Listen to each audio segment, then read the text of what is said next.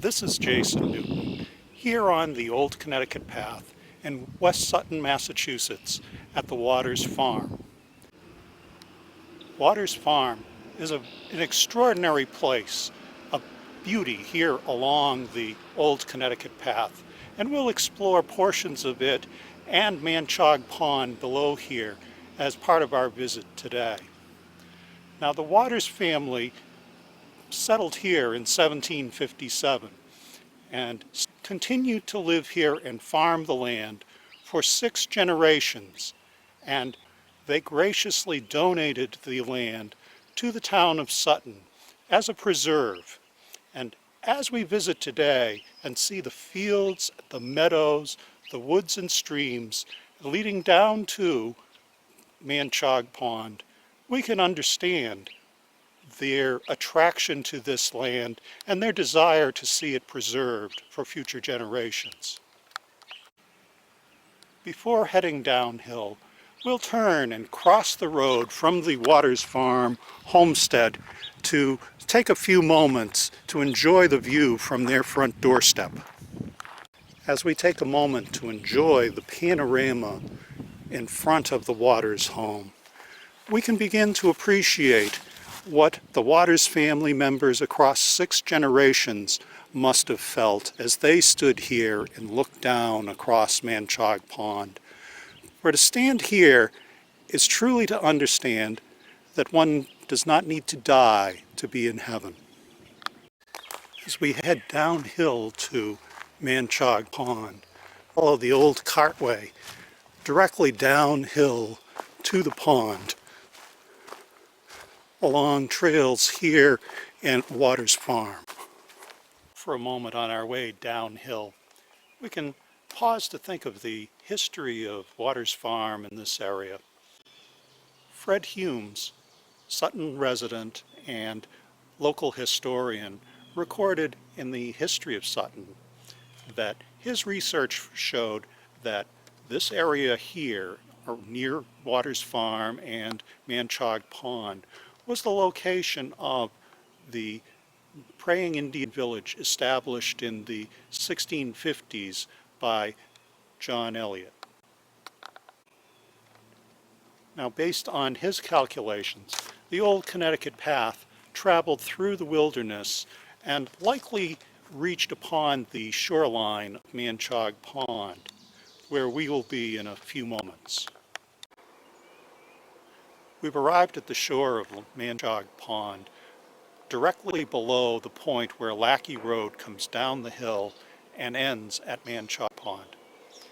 Looking at old maps that just show the pond before the dam was built further down the river, the shoreline here has been dramatically altered.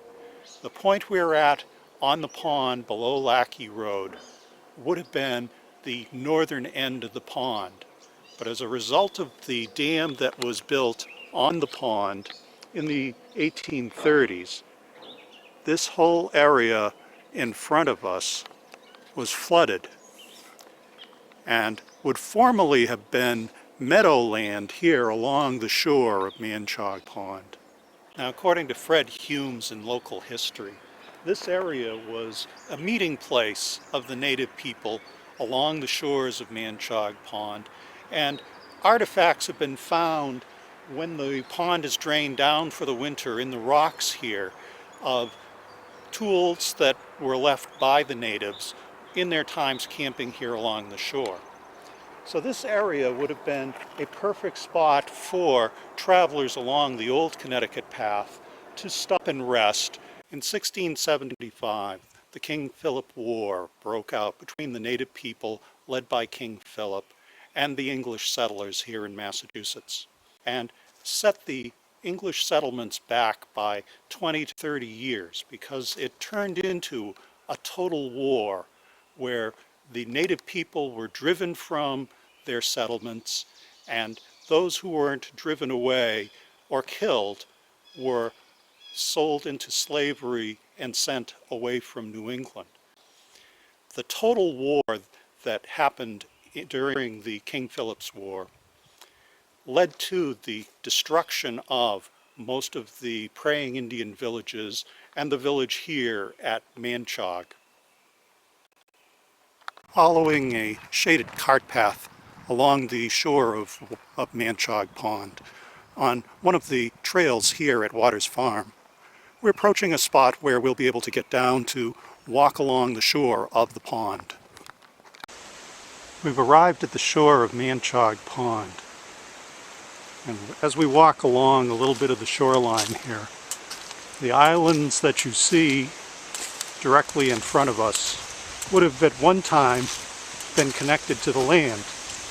That the whole area in front of us, before the dam was constructed in Manchaug, would have been one vast meadow facing onto a much smaller Manchaug Pond. But as we come around the bend here, we'll be looking back at the expanse of area that's now flooded, that early travelers would have had available as campsites, and the native people used as a gathering place. So it's a perfectly glorious spot directly below Waters Farm and the former Nipmuc native village. Following the King Philip War, the lands were considered barren. The natives had been driven away, and the land was open for settlement. And in 1681, the Massachusetts colony commissioned Joseph Dudley and William Stoughton to conduct a survey of the lands and their suitability for settlement in this area. Now, they commissioned the survey of this area, and as a result, two things happened. They wound up purchasing large tracts of land in the French River Valley going on down to the Quinebaug River and to Woodstock. The other thing that happened was that as payment for their survey, they received each a 1,000-acre tract of land, and they chose their tract of land, totaling 2,000 acres, right here in West Sutton at the Manchaug Farm. As land developers and speculators, Dudley and Stoughton knew what they were doing. If we look at a map of the location of Manchaug Farm, we can see that it is crossed by the Old Connecticut Path, and it's also a place that meets with the path that goes to Providence, the Mendon Path, and later the Oxford-Woodstock Road, and still later was the route of the Central Turnpike leading across from here down to Woodstock, Connecticut, and on to Tolland and Hartford. In addition, there were multiple trails branching from here, going north towards what's now Worcester. So they truly picked prime real estate here for settlement in West Sutton that was a gateway to the west, leading down into the French River Valley and on to Woodstock, and ultimately those traveling through to Connecticut. At the base of the mill site, the sawmill site, below Waters Farm, this is one of the two major brooks that feeds down into Manchaug Pond, and was an early sawmill site along the Connecticut Path. As we turn from the mill site, we head uphill on an old cart road leading into the Douglas Woods. We've arrived at a point on the trail where we start to encounter some of the stone cairns that are found along the path. We'll take a look at a couple of them as we're walking by here. Here's the first one we encounter. And we reached a point where there are several more in a line. 1, 2, and up here is 3 and 4.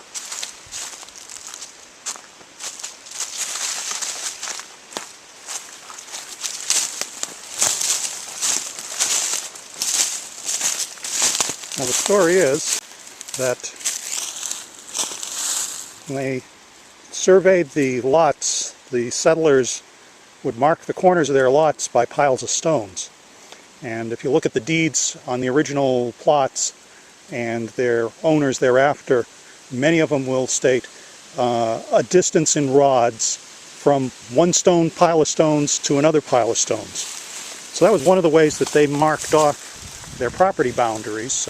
And another purpose was to serve as a guideway for travel to church. because the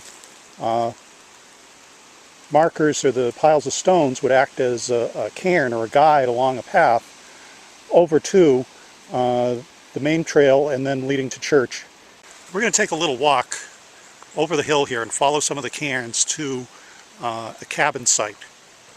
We're in the Douglas Woods, just off the path, approaching a early colonial cabin site, and what remains of it. You can see it's a rude fireplace. It stands about 4 or 5 feet high, and with the cabin that would have been built here, it probably went up an additional 4 or 5 feet. So the cabin itself likely was a small hut.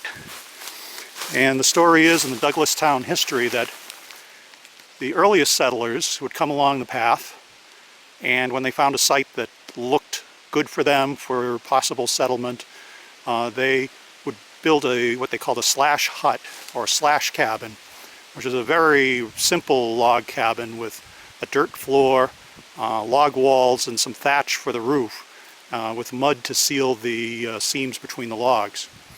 And they'd have one of these fireplaces, and they'd use the natural stone to build their fireplace for cooking, and for a little, and I gotta say a little bit of heat, because most of the heat from a fireplace like this would wind up going up the chimney. From this point in the Douglas Woods, we're going to return to retrace our steps down the hill to Manchaug Pond. The trail is pretty obscured going up to Northwest Main Street, so we'll return to the farm. As we reach the end of our visit to the Old Connecticut Path at Waters Farm, we return uphill from Manchaug Pond to the Waters Farm homestead. Our journey of rediscovery along the Old Connecticut Path today has brought us here to Waters Farm in West Sutton, Massachusetts. The Waters Farm and the land here is an extraordinary place to visit now, and must have been a place of wonder for the travelers along the Old Connecticut Path, the native people who lived here, and the settlers who came after them. We're fortunate that the Waters family generously donated lands here in West Sutton on Manchaug Pond to preserve them for future generations to come and enjoy the natural beauty here. For more information on our visit to Waters Farm and Manchaug Pond and the Old Connecticut Path, please visit the Old Connecticut Path website.